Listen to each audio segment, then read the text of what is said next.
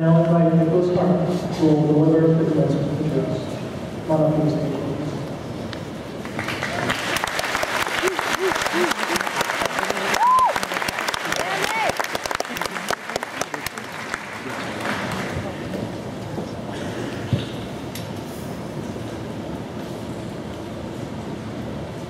Family, friends, faculty, school committee members, chorus, band, and most importantly, my fellow graduates. Welcome to the graduation ceremony for the Swampscott High School class of 2012. Today we celebrate 4 years of hard work, achievement, and incredible memories. When my classmates first asked me to give the commencement address at this very special occasion, I had no idea what I would say, and honestly, the thought of speaking in front of all of you completely terrified me. It seemed like an enormous responsibility, one that I was not sure I would have the courage to take on. As a member of the Big Blue Band, I have been to the ceremony 3 times before. Reflecting on the commencement speakers and their speeches of years past helped me immensely, because as it turns out, I don't remember a single word that any of them actually said. This liberating discovery came as quite a relief. I realized that nothing I could say to you now would likely have a lasting impact, because you will probably only forget all of this in a few years. Still, though I had decided that any risk of in some way scarring you for life was minuscule, I needed to come up with something to say today, and for a few weeks I struggled to find a topic. Oddly enough, my eventual inspiration came when I was speeding through the skies at 77 miles per hour. About 1 month ago, the SHS band went on a trip to Six Flags Junior. Upon walking into the park, my friends immediately decided that a roller coaster known as Zara was the first thing on our agenda. As we walked in the direction of the ride, I could see the gargantuan metal beast of the roller coaster looming in the back of the park. I watched anxiously as it carried the figure 208 feet in the air, but later sent them screaming down a precipitous 72-degree slope at a top speed of just under 80 miles per hour. I began having doubts.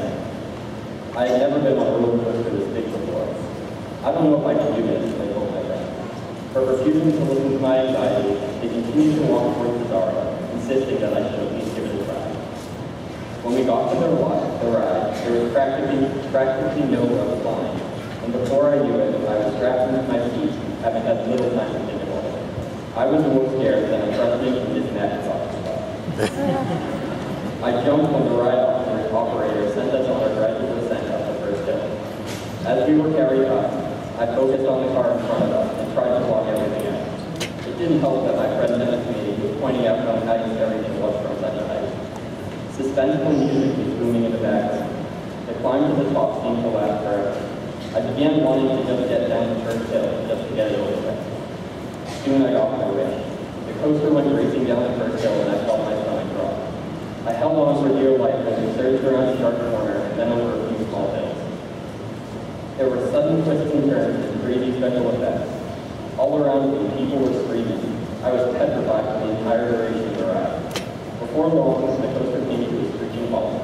I took a breath and was relieved that it was over, so that I had to die.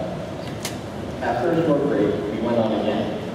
This time I was braver and more confident as we ascended the first hill, knowing that at this time was not good. But when we reached the peak of the hill, I was reminded of the terror I had experienced before, and my hands remained clinging to the lap bar in front of me for the entire mile of the grass. When we got off, I was naturally disappointed about my cowardice. Taking advantage of a negligible wait time, we got on the ride for a third time. We were dragged up the familiar first hill, and to my surprise, I was feeling rather excited. When we reached the top, I felt myself lift my hands off the lap bar and raise them over my head. We powered down the extreme negative slope of the first hill, and my arms remained up in the air. I cheered as we rounded the sharp corner and were hurled up and down the remaining hills. And by the time the ride was over, I was wishing that it wasn't. Once I had learned to relax, I had so much more fun than I ever thought I would do. I'm sure by now you see where I'm going with this speech. It's such a cliche, but life really is like a roller coaster, full of ups and downs, twists, turns, and unexpected drops. We graduates are still young, and there's a lot of crap in front of us still waiting to be written. There is really no telling where our lives will take us. All we know is that after today, we will head our separate ways. But no matter how far we go, none of us will ever forget where we started. I feel compelled to share an inspirational quote made by Christopher Robin when he lived. If ever there is a tomorrow when we're not together, you must always remember that you are braver than you believe, stronger than you think, and smarter than you think. On that day at Six Flags, I wrote the stars 7 times before we moved apart. But life is something you only get to experience once. So you might as well relax, throw your hands up, and enjoy the ride. Thank you, and congratulations.